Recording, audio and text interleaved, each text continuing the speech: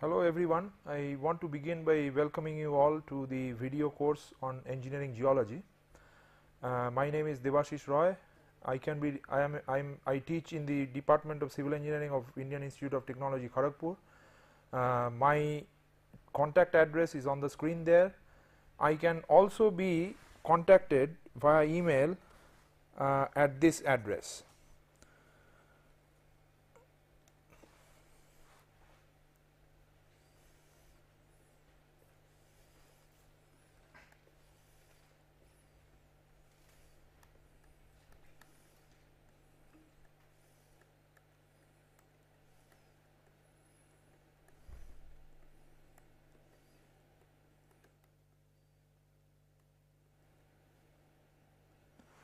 That is Debashish at civil.iitkgp.arnet.in.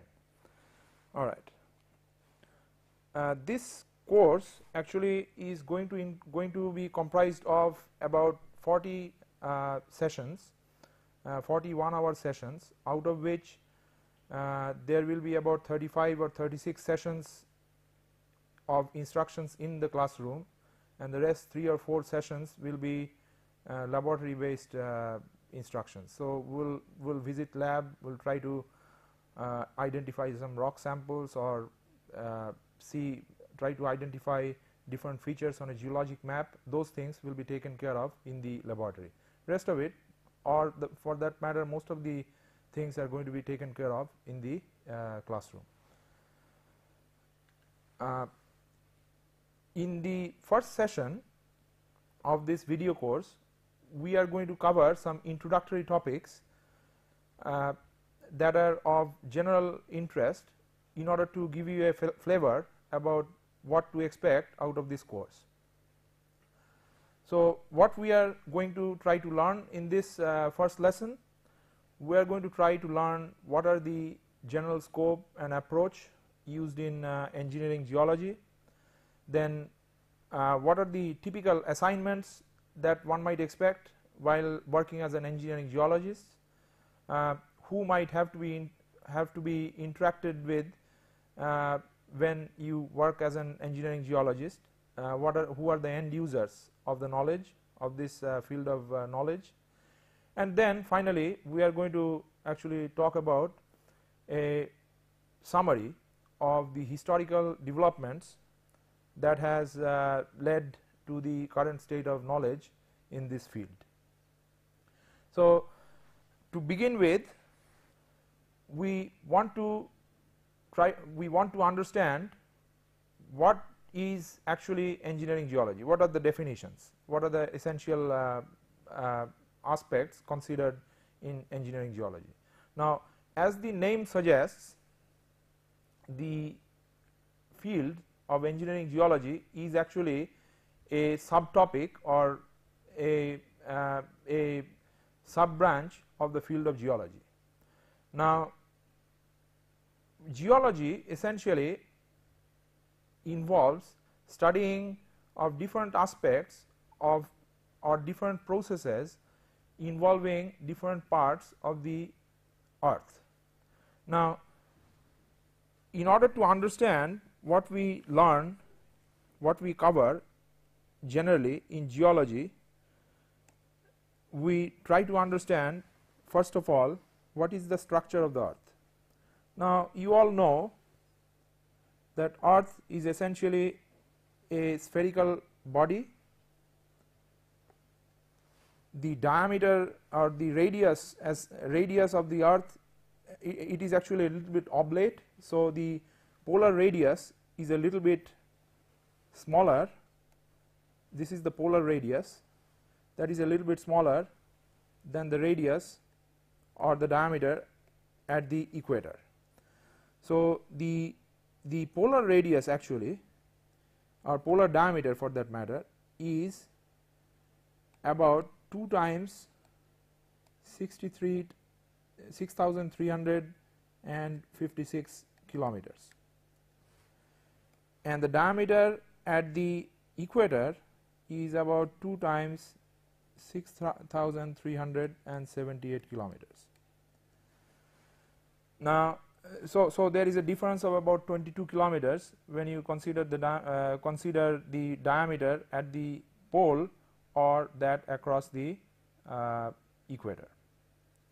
Now, geologists concern themselves with the processes that actually covers the entire Earth actually. So this entire sphere actually that is shown on the screen is what is dealt with by geologists, and you can understand that this is not a homogeneous structure, and the sphere, the oblate spheroid, actually can be subdivided into several different shell like zones. For instance,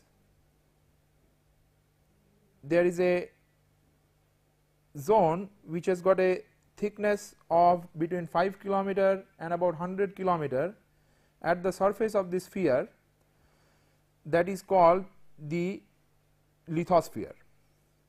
Now, this one has got a thickness of about 5 kilometer underneath oceans, and the thickness can go up to about 100 kilometers underneath where there are major mountain chains, and underneath the continents the thickness of this lithosphere is only about 35 kilometers.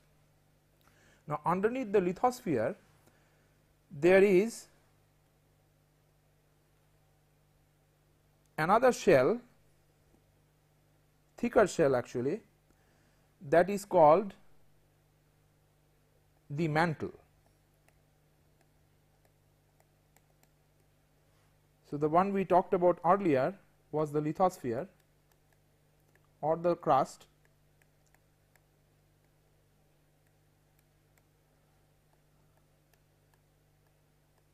and underneath the crust there is mantle that goes up to about 2500 about 2500 to 3000 kilometers measured from the surface, and below the mantle is the other unit that is called the core.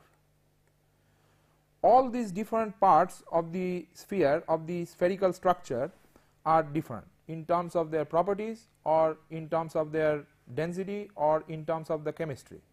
So, the processes that are there in the lithosphere are not essentially the same as those one encounters in the mantle or those that take place in the core. Now, you all know that the construction, human activity, or the construction, I mean all the human engineering projects, they are confined within the top few tens of meters or at the most top few hundreds of meters from the surface. So, these are the particular things that are considered by engineering geologists. Engineering geologists deal with all processes that affect human activity or human habitat or human environment. So, what we are going to be concerned with? We are going to be concerned with the processes that take place over the top at the most 100 meter from the surface of the earth. So, we look at shallow crustal processes in engineering geology, shallow crustal geologic processes in this subject. What are those shallow crustal geologic processes? They could be mass wasting, something to do with slope failure or landslides. Then there could be near shore processes like erosion of the erosion due to the action of sea waves or waves generated on the river bodies or other water bodies. There could be deposition due to these wave actions or fluvial processes, that is also taken care of by engineering geologists in the near shore area. Then marine erosion and deposition, another topic of interest of the subject, and then fluvial processes, deposition, erosion, flooding, these kind of processes also are studied in the subject of engineering geology.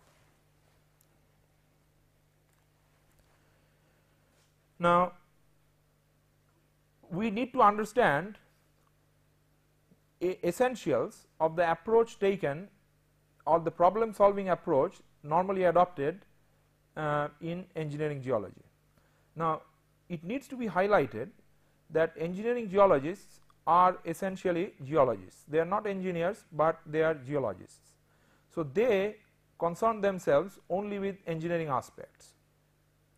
Now, you all know that mechanistic aspects are normally handled by engineers, and here we are looking at geotechnical or geological engineers who are mainly concerned with the mechanistic aspects of these geological processes. Now, that does not say that engineering geologists should not have a good understanding of the mechanistic aspect that drives these geologic shallow crustal geologic processes, because if they do not understand the mechanistic aspects, then they cannot interact effectively with the engineers, geotechnical or geological engineers, who are ultimately going to be responsible for the construction processes of different projects. Okay. Now, we look at typical assignments that one might encounter while working as an engineering geologist. First class of assignment that one needs to handle as an engineering geologist is in resource management. What do you mean by resource management? Resource management essentially means that utilization of natural resources without harming the environment. Now, what are the resources that we need to worry about? We need to worry about groundwater resources, mineral resources, and forestry resources, to name a few. For instance, we need to exploit, if we need to exploit the groundwater resource, then we need to be very judicious about the use of groundwater. If the groundwater use is too much compared to the local geology or local meteorology, then that could cause undue harm to the environment. We will look at an example problem in this regard later on in this lesson. Then we need to also look at how to exploit mineral resources without judiciously, of course, to the maximum benefit of the construction activities or for the human livelihood. Now, mineral resources, you all know that mining activities, they actually are concerned with the exploitation of mineral resources.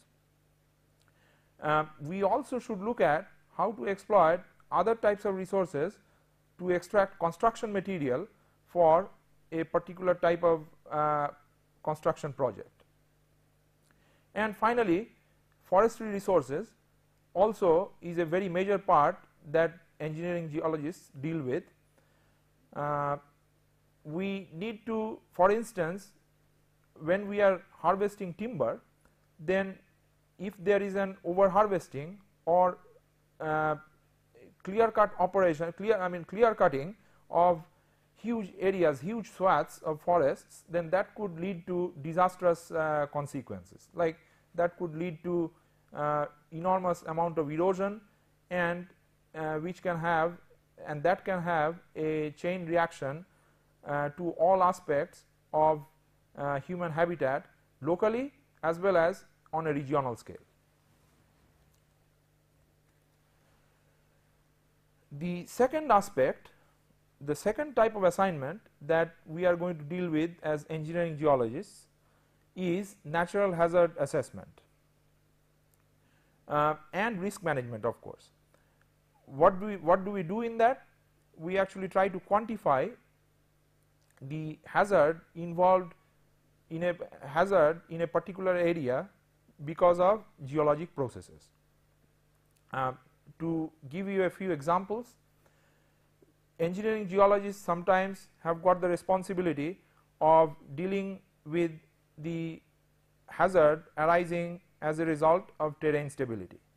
Out of terrain stability, we can by terrain stability what we mean is that landslide, mudslide, rock slide, debris flow, all these events are actually lumped together in this subtopic. So engineering geologists need to identify the hazard of terrain stability related hazards, and they need to quantify those hazards. So for instance, if an engineering geologist finds that in a certain area there is an undue hazard of landslide, then land use planners, they may decide that a particular project or settlement cannot be located in that particular situation. Earthquake hazard is another topic of interest in this regard. What do we do in that? We try to find out what is the likelihood of an earthquake to occur in a certain area.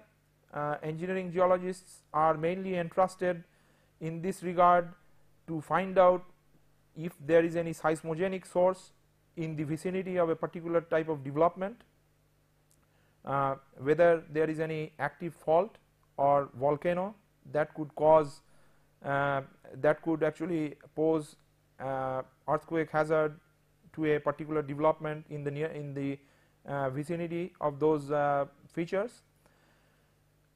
There is the quantification of the hazard is normally done by seismologists, and that is we are going to deal with that a little bit in the later part of this course, but in general the details of those things are within the scope of other branches of engineering and science.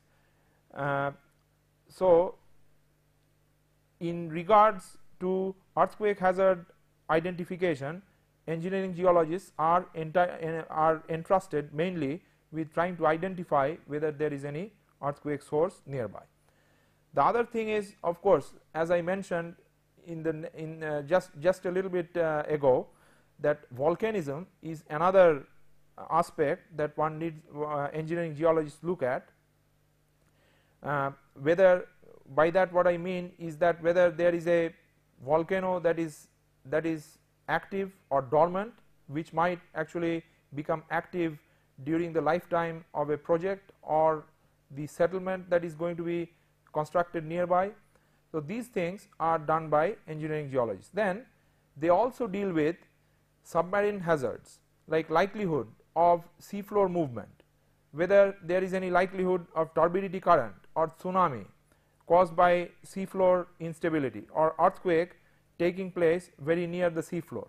So these are the assignments typically are entrusted to engineering geologists, which involves assessment of natural hazard and risk management.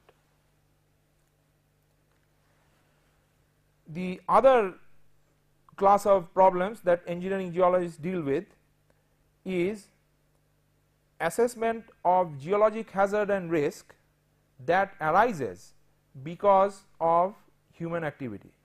So far we were talking about geologic risk or geologic hazard because of natural processes. Now because of human activity also we could actually complicate or worsen the likelihood of a geologic hazard.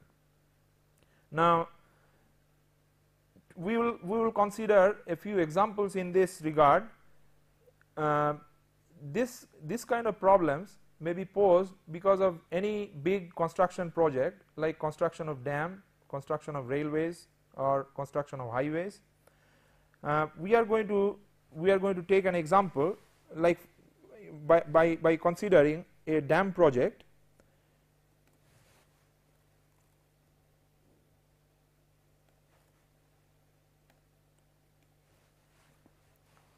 We all know that rock masses are comprised of joint sets.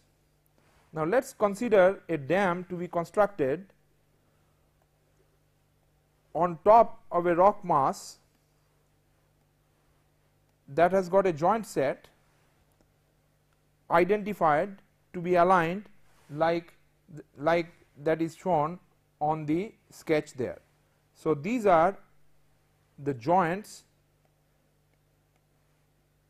in between relatively intact rock masses. Now say we want to construct a dam, a gravity dam, which is going to resist the pressure due to water primarily by its self weight. So this is the dam, and it is going to actually retain water of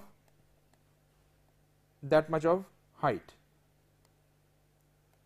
This could be, depending on the dam height, the height of reservoir could be several hundred feet. Now this type of alignment, this type of alignment is not really preferred by engineering geologists, because the pressure of water which is going to act in that direction, that has got a component which is going to cause, which might actually trigger instability in the rock joints in that which are aligned as shown in the sketch. So this kind of movement might be triggered if a dam is constructed as shown on the sketch.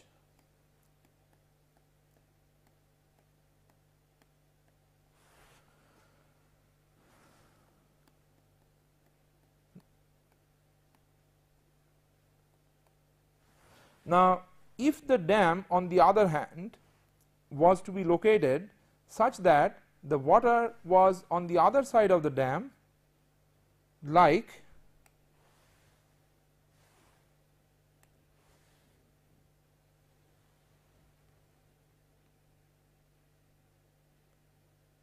let us modify this sketch to show what I mean.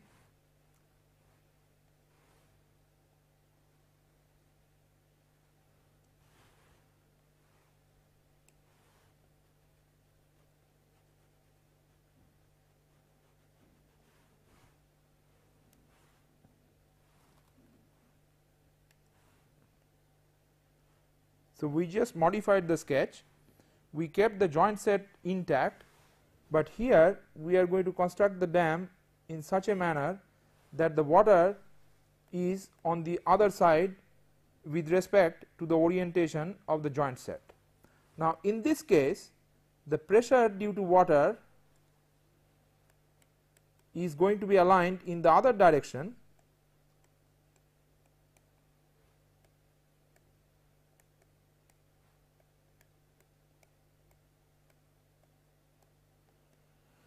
and a force aligned like this is unlikely to trigger any instability along the joint sets oriented dipping in that manner. So this is a preferred orientation of the dam.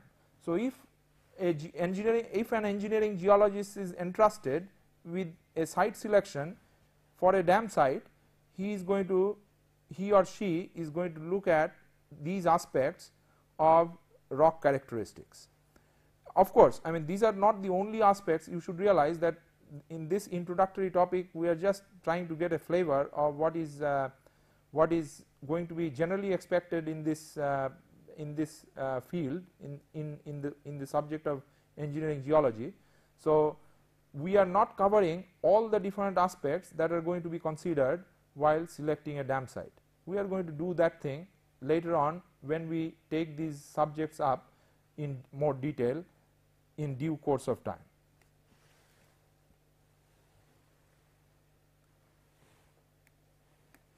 Okay. So secondly, let us consider a railway project. or for that matter a highway project. These things are called linear developments because they have got a long they are relatively long, corresponding to the lateral extent of the right of way. Now let us consider a typical linear development. It could be railway, or it could be a highway, or it could be a pipeline for that matter. Now what are the considerations that come in selection of a route for a railway or a highway or a pipeline? Now what has been known for a long time is that clay subgrade situation poses a lot of problem in this kind of development, because clays tend to settle, or they tend to behave in a problematic manner. They tend to develop uneven deflections or deformations under load over the course of the project life. So what is normally done is that if there are clay pockets, they are generally avoided while deciding a route for a highway or a railway or any other type of linear development. What I mean by that is, say you want to go from point A, or you want to construct a highway from point A to point B. Now there is a clay pocket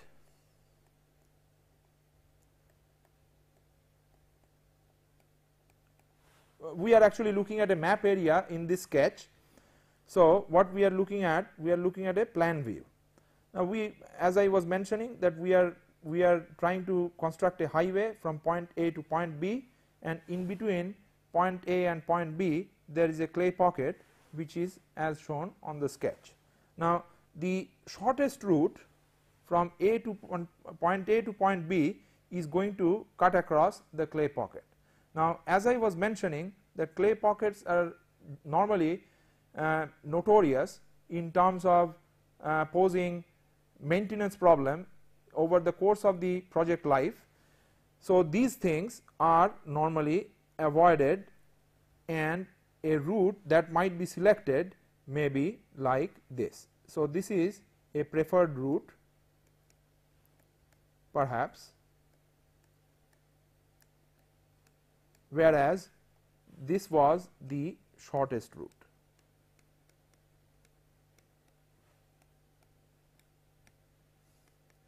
Again, there may be other considerations depending on the local terrain or topography that may come up in this regard, like maybe over in this portion of the alignment there is an excessive hazard of landslide.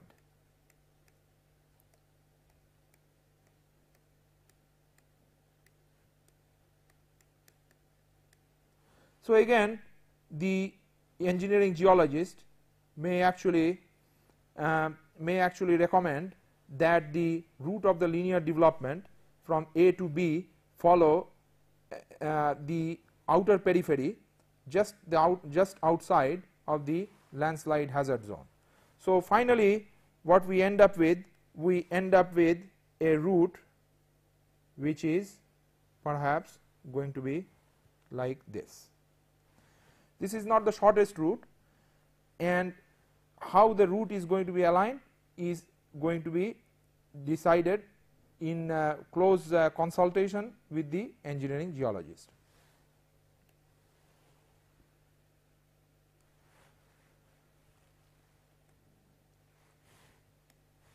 Okay, so that kind of gives a general idea about what kind of assignments that you might expect while working as an engineering geologist. Now who are the end users of the expertise? End users, as was very clear from the discussion that we had so far, the end users include mining and forestry industry. They are very heavily reliant on the knowledge of engineering geology. Then regulators and developers, they are also heavily tapped into the expertise of engineering geology. Land use planners, linear facility developers, project engineers and designers, they are actually some of the beneficiaries of the knowledge of engineering geology. Okay. Now we are at a stage when we can take up a couple of example problems that you might actually have to deal with as if you decide to take a career of engineering geologist. One of those concerns mass wasting. What do you mean by mass wasting? Mass wasting includes landslide, mudslide, or any other kind of slope failure like rock slide or debris flow, rock avalanche, any of those type of problems that is dealt with, classified as mass wasting.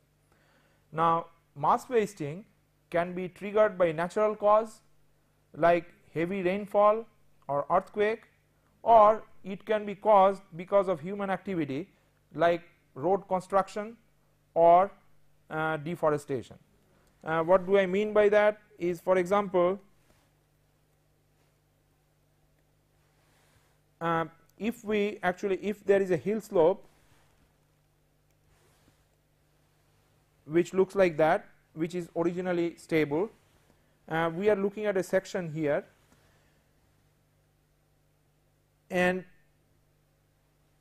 then we decide to steepen the hill slope so as to accommodate a roadway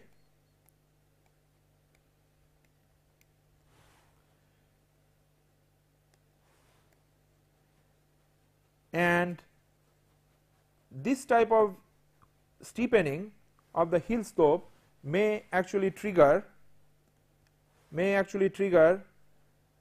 landslide like in this manner.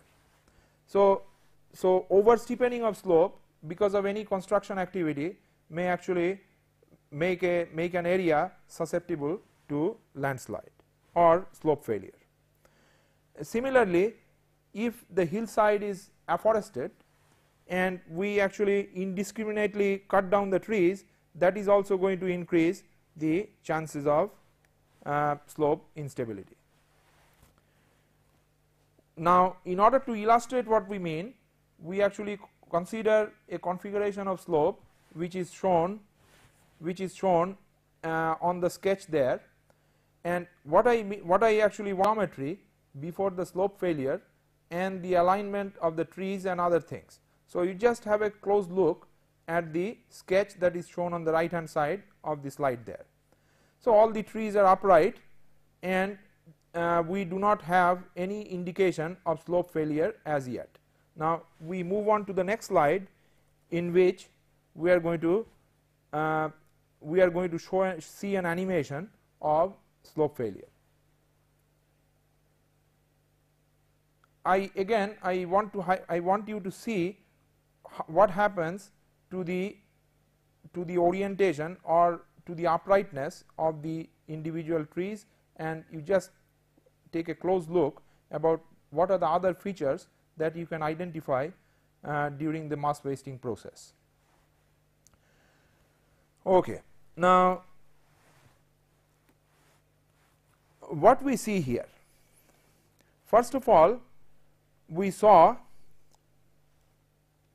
that there was a crack that developed near the top of the slope. That was kind of a precursor to the problem of impending slope failure. So there was a development of crack near the top of the slope, and then what we saw is that a scarp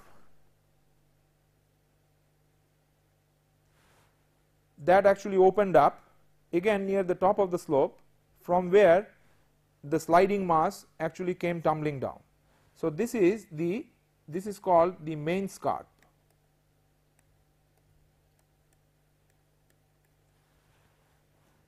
And then there were other scarps that developed in the process of slope failure.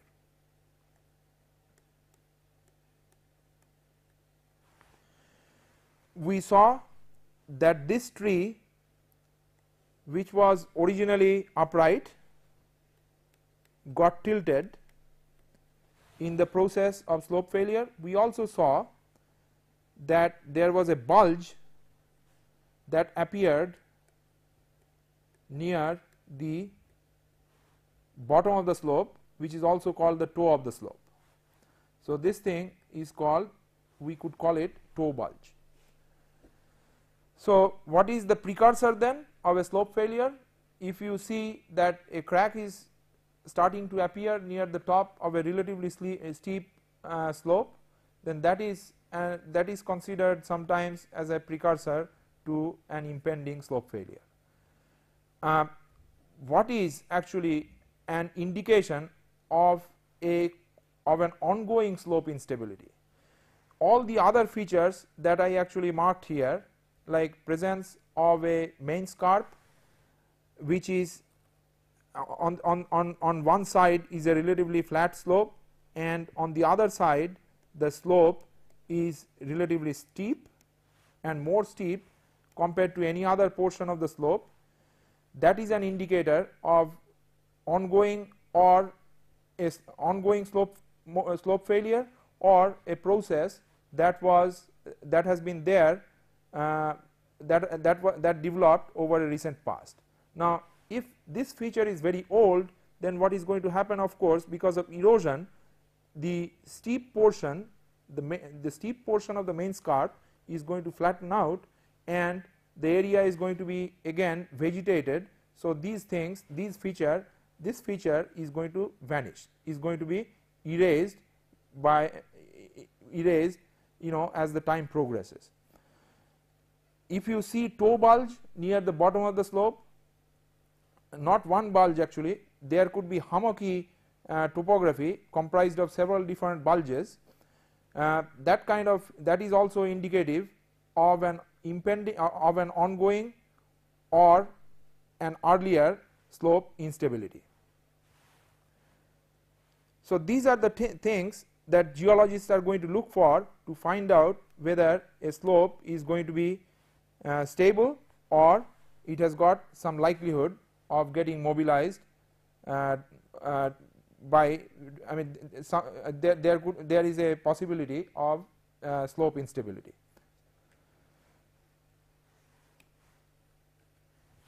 Okay. Now, this is what we discussed just a little bit back.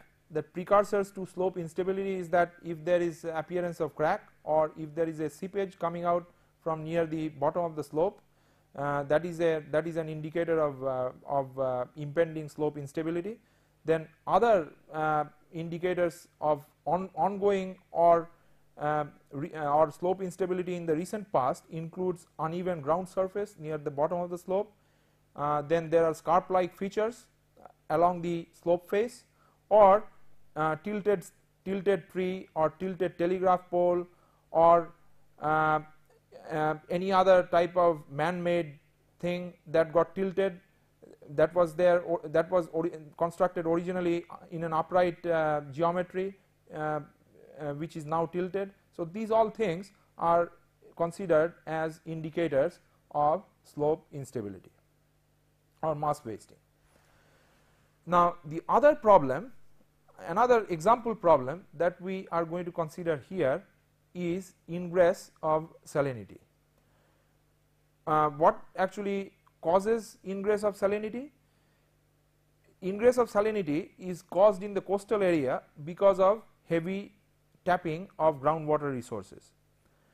If groundwater is tapped more, then the replenishment of groundwater because of rainfall or other types of precipitation, that causes a drawdown in the groundwater, and when the groundwater gets drawn down, then in the coastal area saline water gets into the it gets further inland, and that actually makes the groundwater wells and other things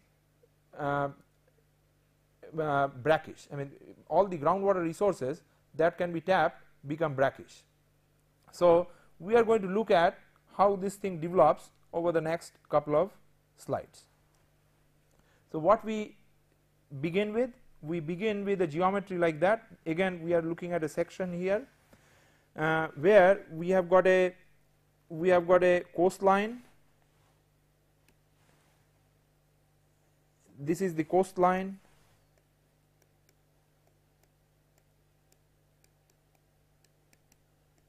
and that is the sea level. So this water here, this one, this is actually saline water, and the water on the right hand side is fresh water.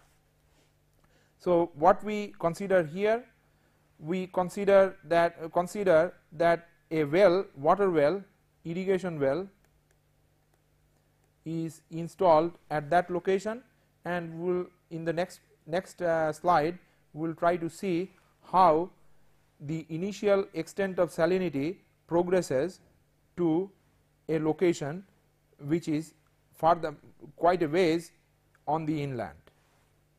So you can see what happens actually, what is the outcome of this is that the water well is going to actually start tapping brackish water in this kind of situation, because the entire water from the sea coast to this far inland has become saline. So how does it happen?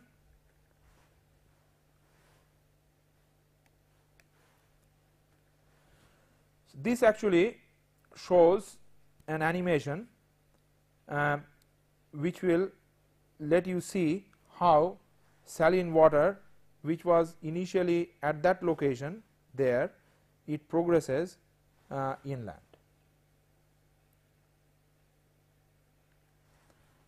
Okay. Now water table has drawn down up to that level because of groundwater tapping. Now what happens actually, let's start it again. What happens actually, because of the drawdown, the slope of the top of the groundwater actually pulls the saline water further inland, and because of the fact that brackish water is heavier than fresh water, the water that gets on top of the fresh water, that actually pushes the fresh water out, and in that process the brackish water is going to make an advance up to the extent that is shown on this particular slide. Let us look at it again. Pay a careful attention to the sequence of events. So this was the original configuration. This is when the water was pushed on top of the originally fresh water, and now it is going to push everything down because of gravitational because of gravity, and finally we end up with brackish water up to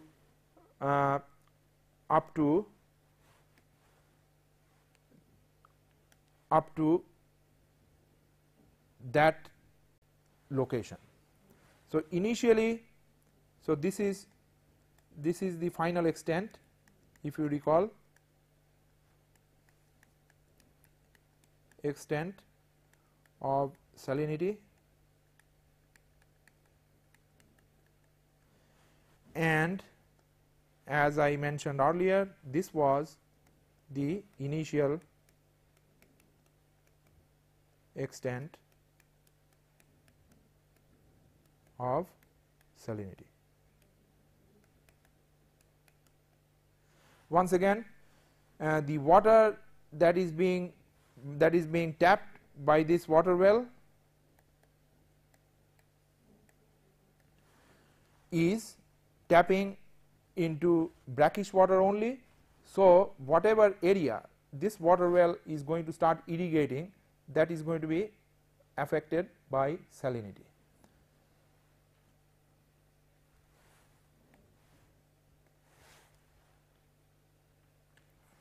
Okay. So salinity ingress, what are the precursor? Precursor is that if you have got seasonal or temporary salinity showing up in irrigation water, that could be considered as a precursor of salinity ingress. Now, what are the fixes? The fixes are restricted groundwater use, of course, and facilitation of recharge. Now, how much groundwater one could safely tap in this kind of situation is often quantified by engineering geologists. Okay. In the final segment of this particular lesson, we are going to look at what are the historical developments that has led to the current state of understanding of the subject of engineering geology. Now, use of geologic resources and heavy construction actually dates back to several thousand years. One could, for example, give an example of mining and metallurgy, then religious or ritualistic facilities, ports, lighthouse and bridges construction, occasional knowledge of what works and what does not work was there for development of this particular heavy construction, but what was not there is a scientific understanding of why a certain thing works and why some other things do not work. So, what I want to highlight here is that there has been history which dates back several thousand years of heavy construction. I mean, extremely large civil engineering projects we can think about, very like, for example, pyramids of Egypt or the Taj Mahal. I mean, we can talk about several different heavy construction activities over the history of humankind, but most of the time these things relied on the knowledge, on rules of thumb that told the construction people whether something is going to work or something is not going to work. So, what I mean by that is that, say you have got a in several different occasions what was found that midways into the construction project one had to actually change the entire sequence or entire drawing, entire details of the project in order to make the project a success. This was primarily because of the fact that there was no knowledge, no scientific knowledge that from which one could predict, the engineers could predict whether a certain type of construction can be successfully implemented or not. Now, the other thing is the next bit of development took place after the 1800s, and this is when the transition from the approach based on the rule of thumb to the scientific approach began, and this was primarily pushed by the advancement, by the advancement of the human civilization into areas which was not inhabited for the most part. So, what happened because of those spreading of human settlement is one of which was railway construction. Railway construction was a prime instigator of the developments of that we get to see today about many different aspects of engineering geology. Then this happened, actually this thing actually happened between 1800s and 1900, early 1900s. Then early 1900s to mid 1900s, what happened actually was development of several analytical techniques and emergence of geotechnical and geological engineering in the process. Scientific knowledge, quantified, calculative approaches to implement different scientific knowledges was actually starting to develop in this particular time frame. Now, after mid 1900s to present, the development is mainly in the area of instrumentation or different ways of investigative processes and remote sensing. These are the different types of different areas that actually started developing since mid 1900s, and in this process the sensitivity of humankind towards environmental protection also increased. So another branch of engineering that actually bifurcated from the general area, and that was geo-environmental engineering. So that was in a nutshell what was the historical development that led to the current state of practice in engineering geology. So now we try to summarize actually what was discussed in this lesson. So we actually presented an outline of the scope of engineering geology, what is the definition and what are the different types of problems that we consider in engineering geology, what is the approach, typical approach and end users that we encounter while working as an engineering geologist. Then we actually considered two problems of engineering geology to give you a flavor really about the general nature of problem that you might actually come up with, you might actually encounter during this course. And finally we considered a very brief point form summary of the historical development that actually led to the present state of practice in engineering geology. And to conclude, we actually leave you with a question set, and just note down these questions and try to solve these questions in your leisure. Some of the answers were very obvious from what was presented in this lesson, and some of which you have to think a little bit. You try to try to develop all the answers yourselves, and we are going to actually give you brief answers when we meet in the next class of this series of lectures. Thank you very much.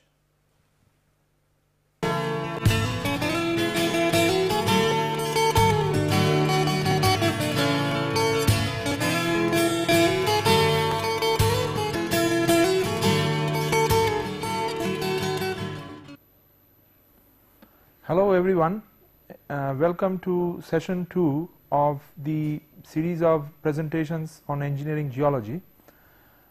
In this session we are going to talk about geologic structures, different types of landforms. We will try to recognize what are the various landforms that one might have to encounter while working as an engineering geologist. But before we get into the subject matter of today's presentation, I am going to take up the question set that I gave in the first of this series of lectures, and I am going to try to provide you the answers of the question set. The first question that we had in the last presentation was how engineering geology differs from geotechnical and geological engineering. Now the difference is essentially very tenuous. Only thing that I can think about is engineering geology is more inclined towards the geologic matters, while geotechnical and geological engineering deals primarily with the mechanical aspects of the different problems that are encountered in engineering geology. Then the second question that I asked was that what are the key factors that may trigger slope failure. Two of the major factors that causes slope failure are loss of strength, loss of shear strength of the material of which the slope is comprised. The major reasons for the loss of shear strength is basically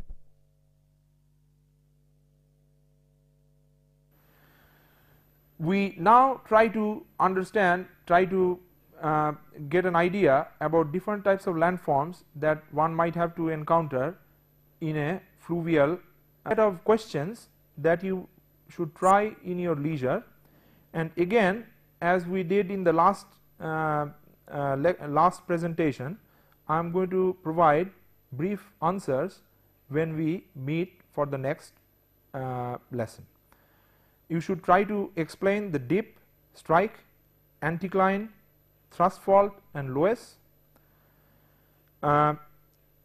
You should explain whereas dunes are generally underlain by sand grain deposits. We could also have glacial deposits. Glacial deposits are listed here, and they are generally laid by ice. So, if they are directly laid underneath ice, they are called till. They could be glaciofluvial deposit, meltwater that originates from melting of glaciers like drumlin, esker or glacial outwash. Now, these things typically are elongated in the direction of the ice flow with their slope in the direction of ice flow in the up ice direction is generally gentler compared to generally steeper in comparison with the down ice direction.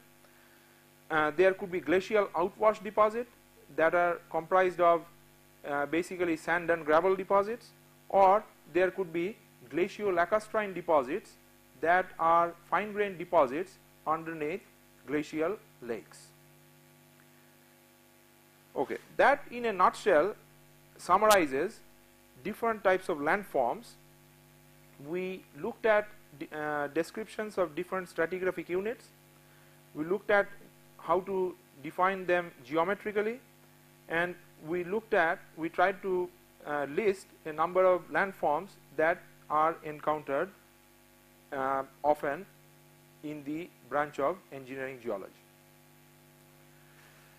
We finally end this session with a set of questions that you should try in your leisure, and again, as we did in the last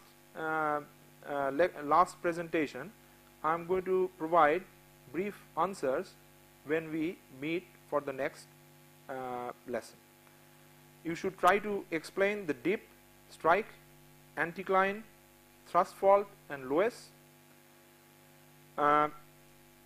You should explain the slope on the windward and the lee side, whether the slope of a dune is likely to be steep on the windward or on the downwind direction, that is the lee side. And you should also try to answer whether a drumlin, what is going to be an orientation of a drumlin vis-a-vis ice movement. Okay, so you try to answer those questions, and I am going to provide the solutions when I meet you again for the third of this series of presentations. Thank you very much.